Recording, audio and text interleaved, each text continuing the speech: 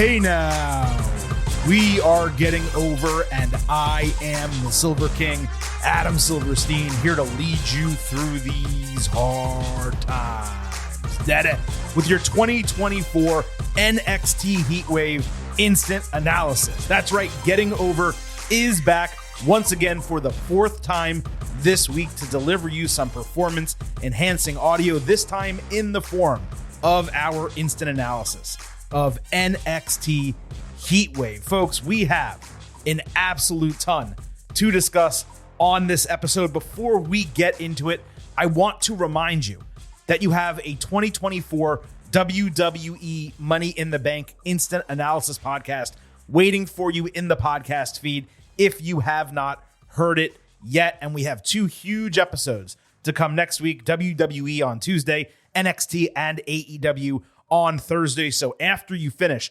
listening to this, make sure you listen to that. Catch up on everything that's going down before another huge week from the Getting Over Wrestling podcast. But before we get into today's show, allow me right off the top to remind you that this podcast is all about Defy. So head over to Apple Podcast and Spotify, leave a 5-star rating on Apple. Take a little extra time, leave a 5-star written review. If you do, we will read it live right here on the show. But please don't forget, those Spotify 5-star reviews are not only important, they're way faster. Hit the button, 2 seconds, and you're done.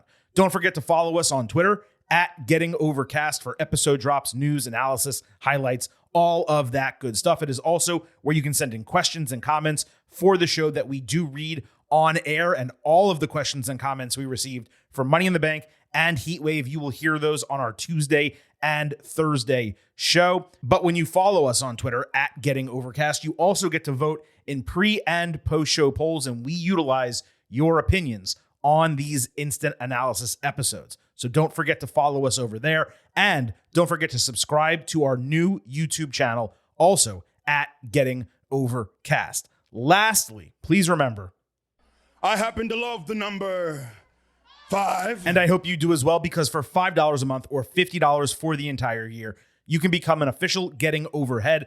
Just visit buymeacoffee.com/gettingover. Sign up. You will get bonus audio, instant reactions to the major television shows. We call it the fastest 5 minutes in professional wrestling. And you get exclusive news posts every single Friday. Again, buymeacoffee.com/gettingover. Now, normally in the instant analysis episodes, this would be the time I crack open a cold one, just as I did last night. But because the Silver King is doing the show by himself today, I don't want to crack open a nice craft beer and have it get warm, because I'm going to be talking extemporaneously for however long this is going to go. So no adult beverage here, but I do have my Owala water bottle, which of course I do love. And you've heard me talk about that before, not sponsored, but I would love to be. So if anyone from Owala out there is listening, hit up your boy, the Silver King. But we are here to talk NXT Heatwave. It was a 5-match main card plus a kickoff show match. I guess technically now a countdown show match.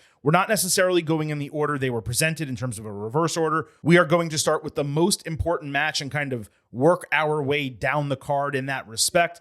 But not only are we going to break down the matches, we're going to provide you some reaction to it. Of course, a grade at the end. And when we conclude this episode, we will have a final grade for NXT Heatwave. We'll also remind what our pre-show expectation grade was for the show. So look, let's not waste any more time. I could spoil my thoughts on the entire show, but I kind of don't want to do that. I want to save them for the end. Let's get right into it. The NXT Championship was on the line in the main event.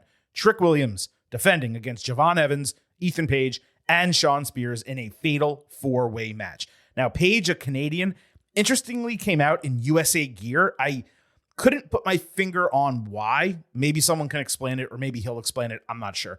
Williams wore Harlem Heat-inspired gear, the white version, which is the cleanest. They looked awesome back in the day, Harlem Heat. He looked awesome here. The heels got heated. They shook hands. They did a simultaneous eye poke, which was fun. There was an early botch on a choreographed slingshot move into a neck breaker, but that was really the last mistake on the entire match. Trick did Booker T's leg lariats and a double flapjack before nailing Evans with bookend. Page did a flying shoulder tackle on Javon sitting on Trick's shoulders. He simultaneously DDT'd Spears. Spears delivered 3 chair shots, including one onto a flying Evans. Then he C4'd Williams into the chair for a surprisingly early false finish. And the crowd was absolutely wild for Spears, not only because he was a Canadian, but because they were familiar with him as opposed to Page, who's a Canadian and has only been in the company for 40 days, basically. Javon murked Trick with a tope over the ring post. Both guys crashed through the barricade. Spears caught Evans on the top rope for an avalanche C4. Page threw him out of the ring for a false finish. Javon caught Page on the top rope for a sudden Spanish fly and hit his springboard cutter for a 2.99 broken fall. Trick and Evans had a great sequence inside.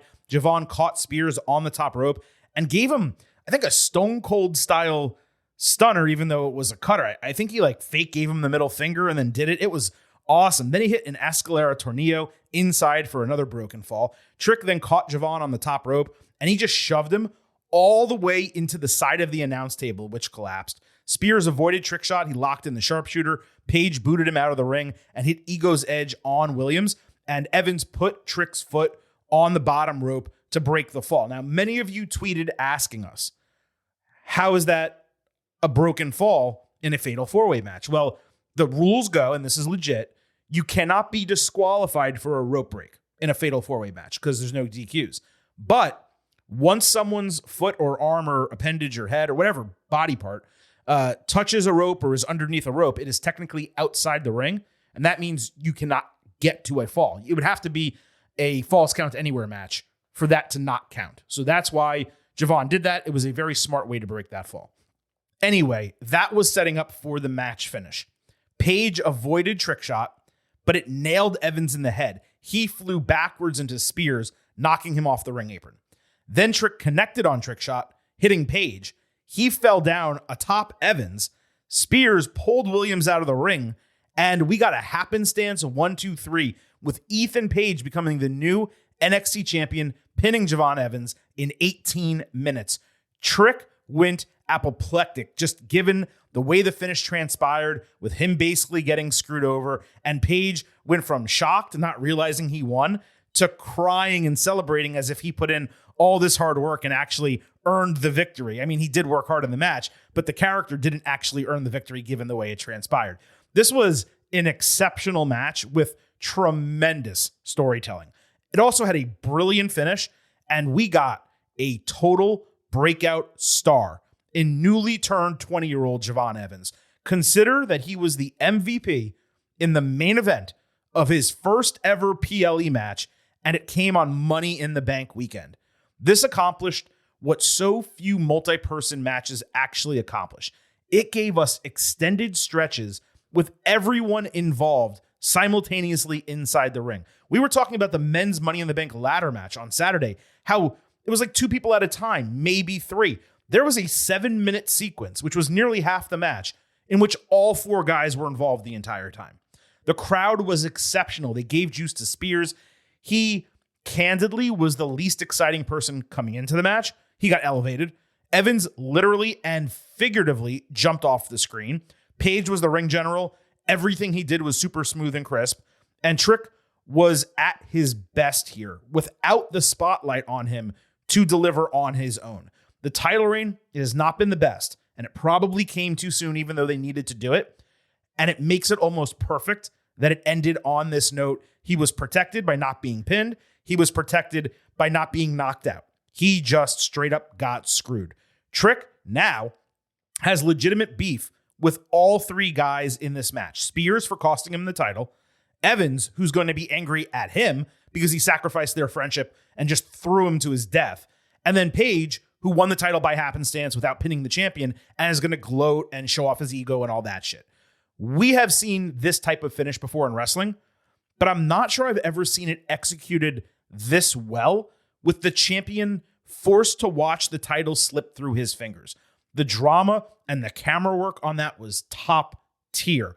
And for those wondering about Spears' motivation in the end, you have to understand he got knocked off the ring apron. So he was knocked for a loop. He thought Trick was going to win the match. He pulled him out of the ring thinking he was saving the finish. He didn't realize there was someone else doing the pinning at the time from where he was standing. It made perfect sense. Now, I'm not going to call this a match of the year contender exactly, but through the midway point of 2024, it was probably one of the 7 or 8 best WWE matches of the year. It was an A+. I'm going 4.75 stars. I'm going to rewatch this entire show. I may need to tweak some grades. I think I might have underrated the North American title matches that we'll talk about in a little bit. I would not be shocked if once I rewatch this, it goes higher. We will discuss those adjusted potentially grades on Thursday. But I did the math, okay? Paige went from NXT debut to holding the main title in 40 days.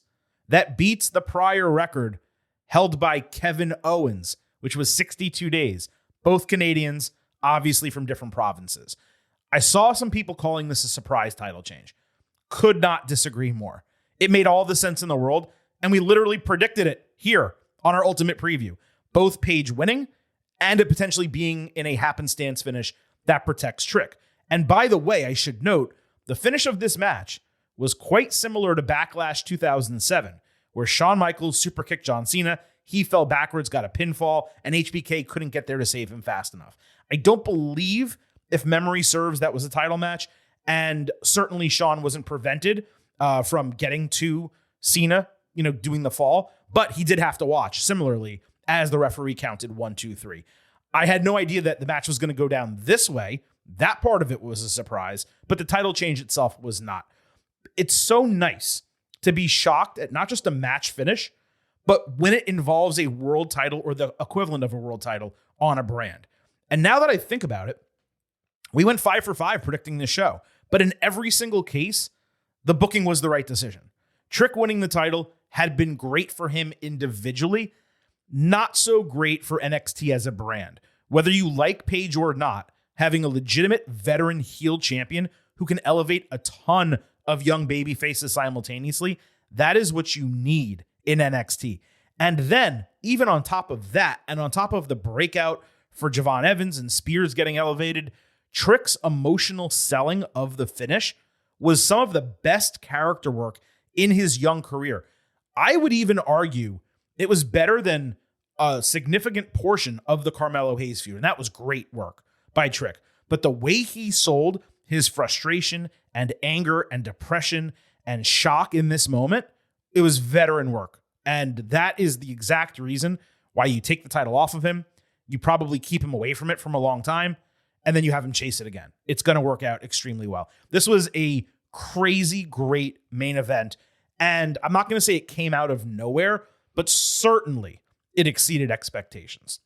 I should also mention before we go on with the rest of this instant analysis, after this match was over with Ethan Page celebrating on screen, NXT Heatwave ended, but the last image we actually saw was Joe Hendry on a white background, and then it officially went off the air. So that's a tease for another appearance, of course, from the TNA star who got a huge reaction when he showed up for that Battle Royal a few weeks ago. Fans absolutely love him. He's transcended even professional wrestling to a degree. He's gone viral, somewhat with his song, I Believe in Joe Hendry. So you say his name, he will appear. I didn't hear anyone say his name at Heatwave. I kind of wish they did, because he did appear at the end of the show. But nevertheless, that was a fun little Easter egg tease at the end, and I wanted to make sure we got to mention that before we continued on here. Let's move to what was the co-main event, the Women's NXT Championship, Roxanne Perez defending against Lola Vice. In the promotion of this match, the question kept being posed: will Vice win and become the biggest MMA crossover success in WWE history? And every single time I heard it, I wanted to pull my damn hair out. No. First of all, Ronda Rousey exists, and she won the main roster title and main evented WrestleMania. But even if you put her in the trash bin, right, because she's left and she shit on the company and whatever, Shayna Baszler dominated NXT and holds the record for all-time reign. And she was also the first real MMA woman to make the crossover into wrestling. She's a legitimate pioneer. And she's in the company. And she was just working in NXT. So what the hell were they talking about here? It pissed me off every single time I heard it. I hope Baszler invades NXT and chokes out Vic Joseph because of it. Anyway, let me just move on. I know it wasn't his line, but I just disliked it. So this was the co-main event, like I said. There were more dual chants during this match than anything else on the show.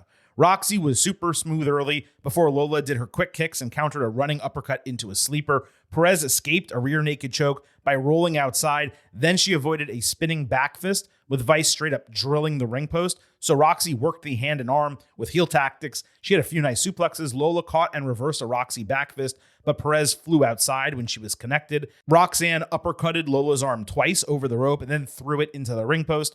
Vice avoided Pop Rocks and hit some really cool spinning kicks, but Perez blocked and hurt her arm again before hitting Pop Rocks for what was a surprise false finish.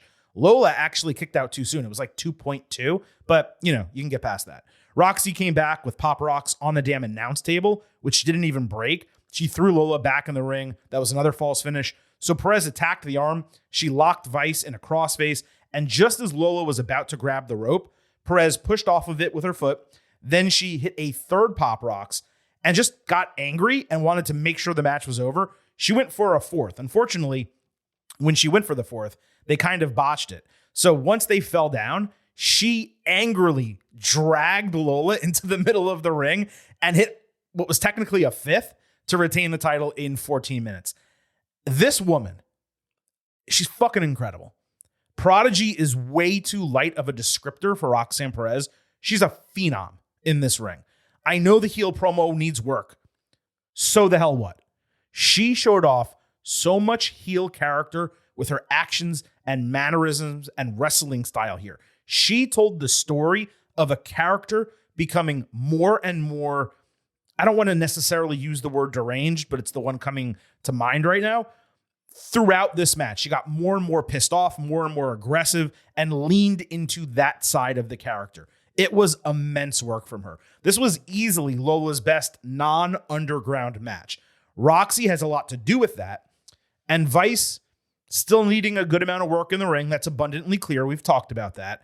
She was not ready for a main event spot. She's being pushed too hard, but it also feels like this was kind of a unplanned replacement type of situation. For me, the match had one too many false finishes, and technically, I guess, two too many Pop Rocks, given Lola is neither a former champion nor someone who should be booked as unstoppable.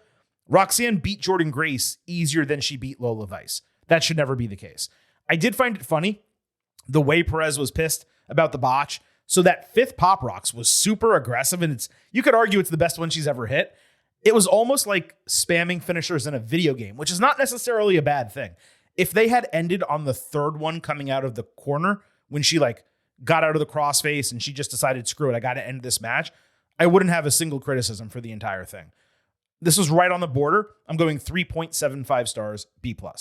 The men's North American Championship opened the show. This was Oba Femi against Wes Lee. Oba hit an F50, spinning Wes 270 degrees on a release. Lee then took a header into the exposed side of the ring apron as Femi straight up manhandled him for an extended stretch. Wes sat up from Tree of Woe as Oba ran through the turnbuckles before getting his head kicked into the ring post. Wes got the soul chopped out of his chest on the apron. Vic Joseph quoted the entire chorus of Lose Yourself. It was aggressive. Let me just put it that way. Lee got his second wind, chopping Femi down and hitting a basement tornado DDT. Oba caught a springboard Meteora midair, but Wes countered a powerbomb into a trap cover false finish. Then he hit Meteora on Femi from behind, only to get caught off a springboard with an uppercut. Wes tried to take Oba off the ropes with a Hurricanrana, but instead got caught, so he countered an avalanche powerbomb into an X Factor and hit Cardiac Kick, his finisher, for a false finish. He followed with a frog splash 2/3 of the way across the ring. Oba caught him kind of in a choke there, and then he caught him again off the apron for a shoulder breaker ringside. There was a screw up in the finish, so they ended up repeating it. Femi caught a Cardiac Kick attempt for his signature toss and then hit the pop-up powerbomb, which is his finisher, to retain the title in 17 minutes. This was definitely a match with more peaks than valleys, but it did have both. It's important to remember that Femi has been wrestling for less than 2 years, and he's only been on the legit NXT roster for 15 months. So there were a lot of spots that would have been executed far better and smoother if he just had more experience in seasoning. That's the risk putting a title on a neophyte. Probably 5 spots in this match where Oba didn't necessarily do the right thing or was slightly out of place. But again, those were the valleys. The peaks were awesome. And Wes Lee showed out as he usually does. He carried this match. It was somewhat slow due to Femi being unable to keep up with Lee's speed. Perhaps that played a role. All in all, though, it met and probably exceeded my expectations, despite being somewhat clunky in the finish. In that way, it kind of came off like a real fight, but it also took a match that was reaching a crescendo and brought it back down to earth right before it was supposed to hit its apex. Overall, a strong but not perfect David versus Goliath match. And I'll tell you, this is one of two matches. It was really both of the North American Championship matches that I've been going back and forth on what they should be graded. And that's, again, why I kind of want to go back and rewatch them. But for now, I'm at the lowest possible 4 stars, A-, like a 90 out of 100. I just think it was too entertaining with too many good spots to be in the B range. And ultimately, the finish as planned was excellent. They just had to do it twice, basically. And that's not the end of the world necessarily, given the rest of the match was mostly smooth. Now, in terms of what this means going forward, you have Oba, who just beat the quote-unquote greatest North American champion of all time. It's really difficult to see who exactly is going to take this guy down. Eventually, he needs to move into the main title picture, but he shouldn't be there anytime soon. So I don't see this reign ending, like up until WrestleMania at a minimum. I just don't know how else to take the title off of him. Wes Lee is going to address his status Tuesday on NXT. It feels like this guy is always addressing his status and his future. My guess, and this is what I said, I think, on the Ultimate Preview, is now that he's out of this picture, he goes after the world title. We have a new heel champion in Ethan Page. It makes all the sense in the world for Wes Lee to level up and go to the upper mid card, to the main event, upper card overall, and go after Page. So that's going to be my expectation. I'm not saying he's not ready for the main roster. There's just not a spot for him on the main roster. I also wouldn't be surprised if we see him do a little bit of work in TNA for that talent trade. His former tag team partners, the Rascals, are over there. They're currently building an angle in TNA, I believe, with No Quarter Catch Crew attacking, I want to say, Trey Miguel, one of the members of the Rascals. So it's possible that Wes Lee rejoins his former group, gets to fight them on a TNA show. Maybe he does that first, then he comes back and goes to the main event picture in NXT. That's my overall expectation. I did not give any forward looking for the women's match, which is my fault. I just forgot to do it. Roxanne Perez, look, it's pretty clear. Julia is coming into NXT and WWE, and she was supposed to, some say, be on this show. It never made sense schedule-wise for her to be on this show. So even though that was reported a bunch, I never heard that necessarily. But it certainly would make a lot of sense for her to come in after she wraps up her big match with Marigold, which I believe is next weekend. So she comes out of that. She's now healthy from her wrist injury. Wouldn't be surprised if she debuts soon in NXT. And if you want her to get over huge, and she's a supreme talent, then her beating Roxy for the title in her first match, it does make all the sense in the world. In terms of Lola, I need a break from her. I'm just being honest. Like, I'm not a hater by any means, and there is some talent there, but she's been pushed really hard through the NXT Underground, the storyline with Natalya and Shayna Baszler. She kind of got her ass kicked here. She really shouldn't be on TV for a month. Like, they need to have her go out, come back, refresh. That's what I would do. So I don't see anything in her immediate future, especially since there's not a women's tag team title or anything like that in NXT. So with all of that said, let's move to the women's North American Championship match. Kalani Jordan against Sol Ruca. Now that I think about it, she could theoretically challenge for the women's North American title, but there should still be a break between challenging for the main title and challenging for the secondary title. Anyway, Jordan against Ruca. They did gymnast shit to start with a couple stalemates. Jordan did a handstand to counter an X Factor flowing into a basement crossbody, but Ruca hit it on a second try, the X Factor, and then did a surfboard. Lonnie did a tornillo and a sit-down facebuster. Sol came back with a really sick springboard 450 somersault lariat. Lonnie answered with a step-over heel kick, a perfect poison rana, and a springboard moonsault outside. Sol went right at her with a moonsault stepping off the side of the ring post. They did a counter pin sequence with Sol hitting a spin powerbomb out of a fireman's carry. Ruca got her knees up to block a 540, I believe. But Jordan stopped Sol Snatcher by pulling her leg down, and she got a false finish on a jackknife cover. Ruca then countered a poison rana attempt and climbed the ropes with Lonnie on her shoulders, All that did was allow Jordan to instead hit an avalanche poison Rana and immediately capitalize with one of a kind to retain the title in 12 minutes. Now, this went pretty much as I expected. Some ridiculously awesome, flashy moves that showed their immense potential, their high ceilings, but not much in the way of a match story outside of them being familiar friends who worked as the yin and yang for one another. We did learn that they worked out together and trained together for this match, so it would make sense that they were countering each other and doing all of that. But some of it early was just, choreographed shit, and you guys know I'm not a huge fan of that. As the match progressed, though, it got a lot better. Some of the spots that they executed here were crazy impressive for young, inexperienced wrestlers, and most importantly, all of them, every single one, was super safe. And that speaks to their development. At the same time, some parts of this lack the natural flow that helps viewers believe in what they're being shown. If you need to set up for a move or pause and adjust before executing it, then the viewer is reminded the reality of wrestling. The goal is to hide the choreography as much as possible. And again, this is a developmental product, so that's totally okay. But it does affect the match grade and the evaluation of the match for whatever the hell our match grades are worth, which to you may be absolutely nothing. Now, just like the men's match, I was on the border here between a B+ and an A-. But at the end of the day, I was thinking, if I was telling friends to watch this show and I told them, hey, what matches do you absolutely need to watch?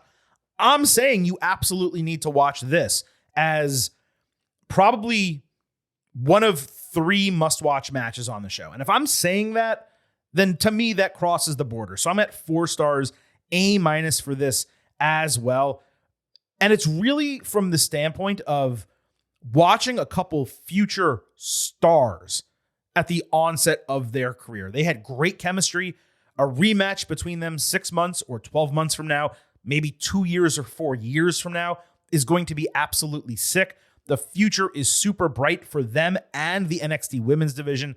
And they just did so well here for having so little relative experience compared to main roster superstars or even some of the women in NXT. In terms of what happens going forward for them, I still believe Jada Parker needs to be the one to take the North American title off Kalani Jordan. I guess Lola would be an option. I think that would be a mistake. Again, from the start, I thought Sol Ruca or Parker should have been the first person to win the title. But look, Lonnie's doing a good job. I may not, completely love the goody two-shoes baby face who's just happy to be there and be reaching, career milestones and stuff. But she's putting on good wrestling matches, and sometimes you have to give the title to someone to help their personality shine. And certainly we're seeing a lot more personality from her than we've ever seen before. So hopefully that continues, and maybe they push that Jada Parker match off just a little bit, because when they do fight, Parker probably needs to take the title. And in terms of Sol Ruca, I guess she just kind of goes back into the mix. I'm not sure what you do with her. She has to continue working her way up the card. I'd like to see her get regular wins on television, is what I would say. Let's move to the NXT Tag Team Championship match.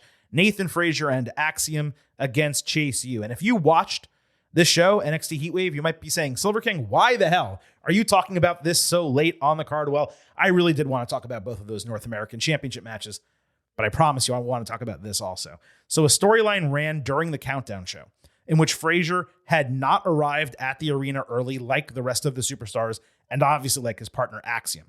He walked into the locker room with 7 minutes until showtime, blaming travel issues and fans seeking photos. Axiom was obviously frustrated. I missed a couple spots early here. My dog was weirdly coughing and it scared me, but he's totally fine. It's just one of those things that dogs do.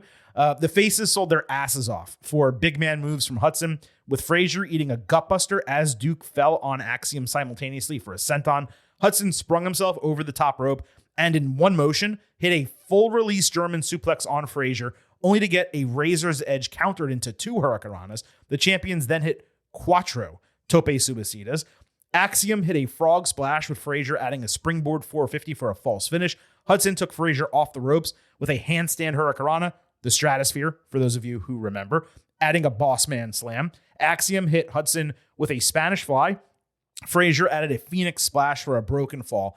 And the way this fall was broken is Andre Chase stepped on Frazier's back and in one motion hit a Canadian destroyer onto Axiom. Now, that is something I expect to see from the Lucha Brothers. Pentagon and Rey Fenix. I am not expecting Andre Chase to do that move. Holy shit, was that ridiculous. Frazier twice tried to help his partner, only to deliver consecutive kicks to Axiom, one from Chase, one from himself. That led to a false finish. Frazier caught Chase with a run-up superplex plus a tandem superkick brainbuster before Frazier toped Hudson and Axiom hit golden ratio on Chase to retain the titles in 17 minutes. I kept going over this in my head as I tried to write like analytical notes to, give you this instant analysis. I'm struggling to find a criticism. Hudson has impressed over the last year. This was a total breakout performance for him. Chase was solid and strong as usual, always surprising with his big moves. Axiom and Frazier, they may be a top 3 tag team in all of WWE right now. This had NXT TakeOver tag team vibes. We talked about this division needing a kick in the ass. This might have revitalized it in a significant way. It still needs more teams of this caliber, but you have these two, occasionally Angel and Humberto coming down, Legado del Fantasma when they're healthy. I mean, you're on the way to really building back the NXT tag team division. The only reason this wasn't the match of the weekend at the time it ended was because some of the incredible spots in the women's Money in the Bank match, simply cannot be topped. But I don't see how you can grade this any lower than equal to that.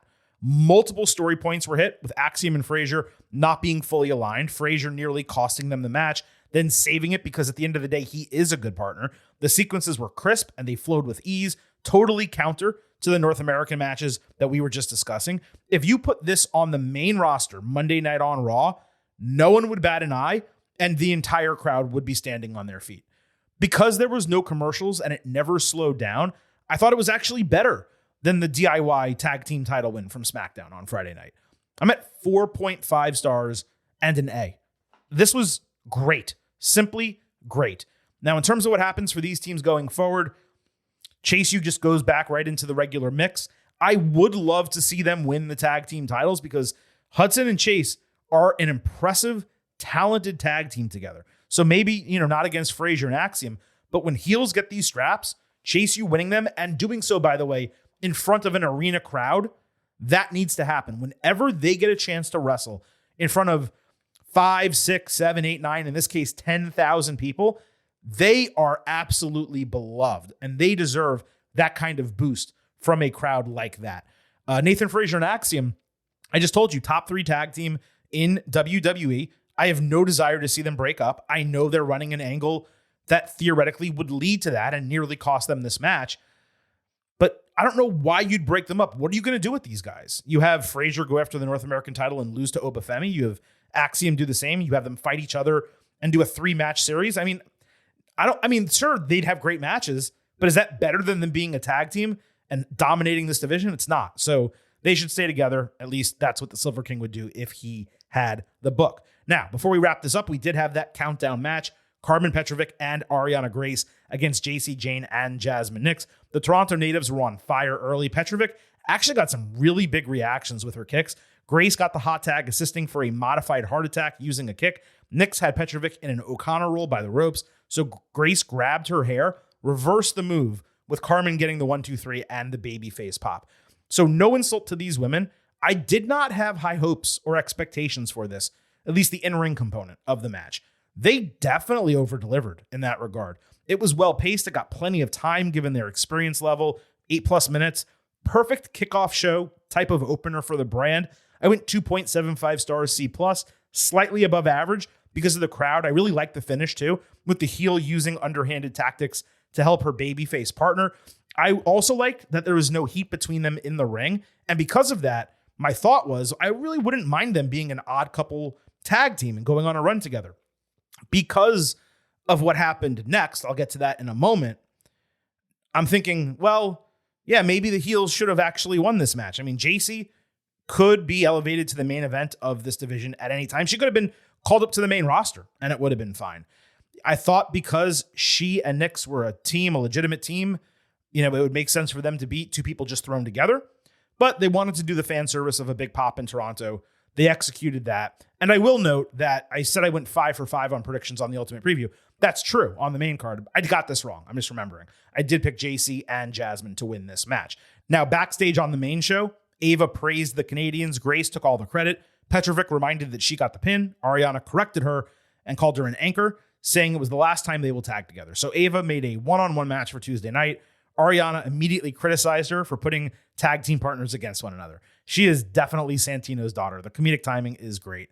Obviously, that's disappointing given what I just said about wanting them to team, but maybe this match will be like a learned lesson, like they're better together than they are apart, and it leads to them pairing up. I don't know, but that's what I hope ultimately happens. So that wraps up NXT Heatwave. Those were the 6 matches on the show. Let's go ahead and move to our grades. First, we'll start with a reminder of the pre-show expectation grades. I'm actually forgetting the exact number I gave. It was either 85 or 86 out of 100. I want to say 85, but I was at a flat B on the pre-show. My expectation for NXT Heatwave.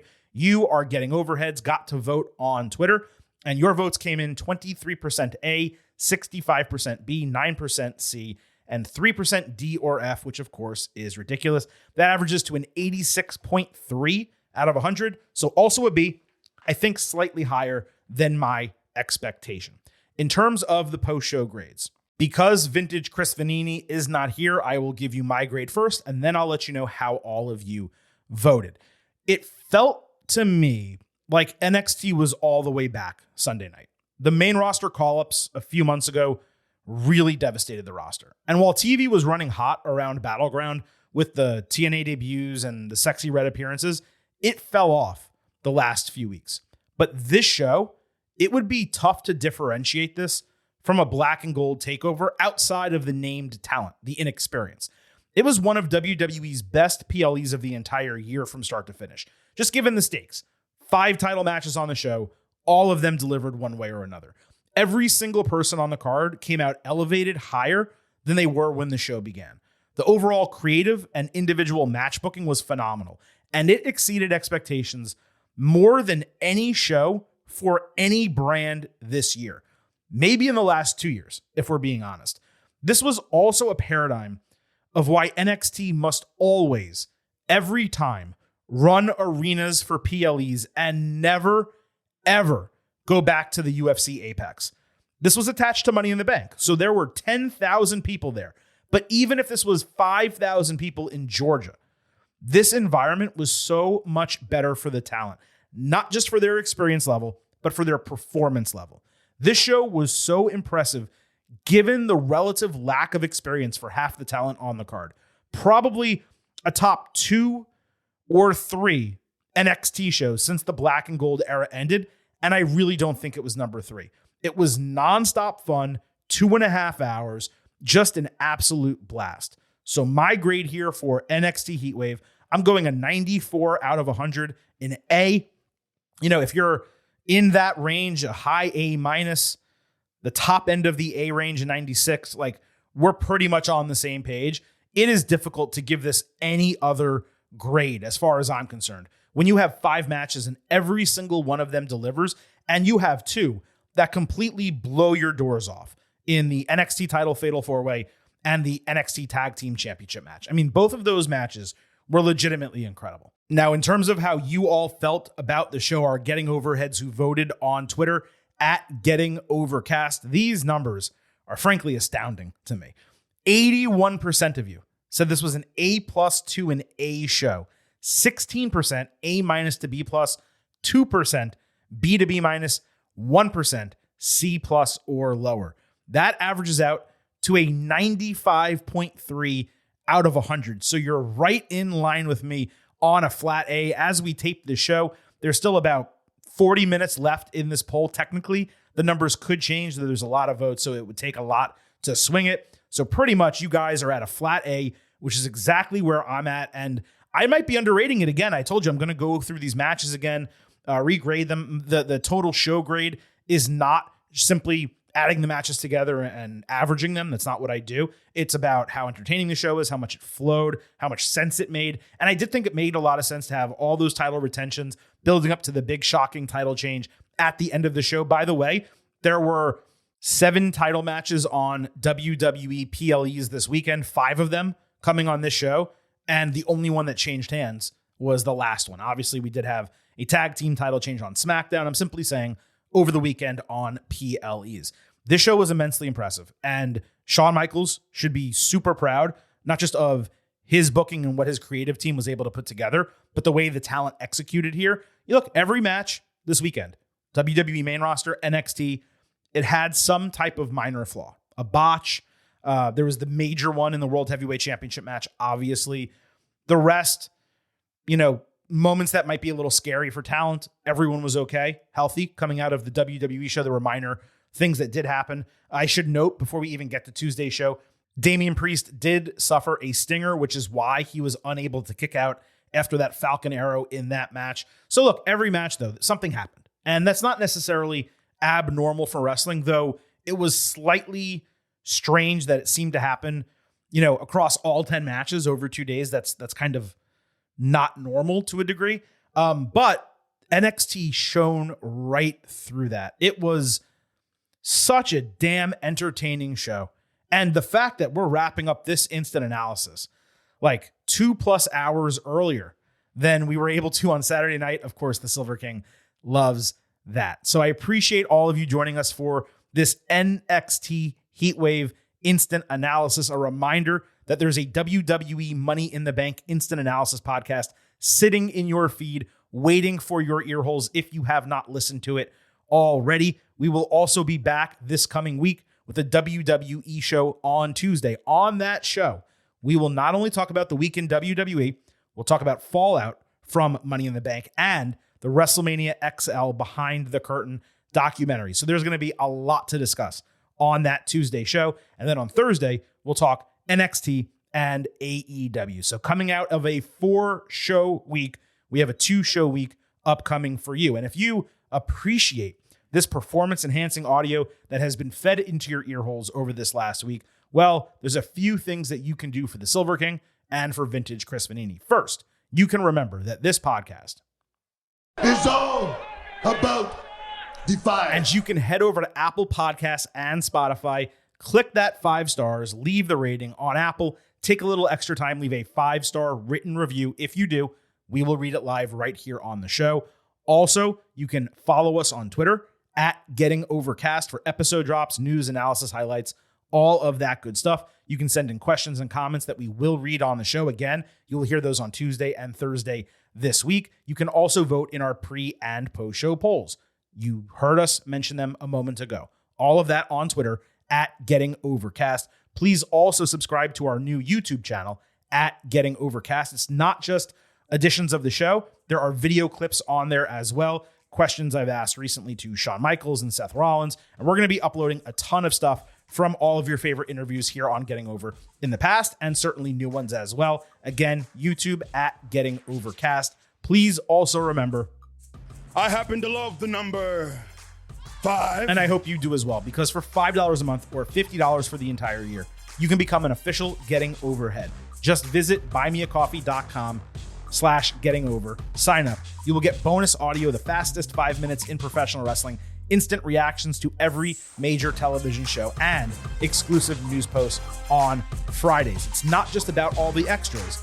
By signing up there, you're directly supporting our show financially, and we would greatly appreciate that. Again, buymeacoffee.com/gettingover. All right, folks, it is Sunday night. It has been quite a week in the world of professional wrestling, and it is not slowing down. Like I said, 2 more shows to come next week.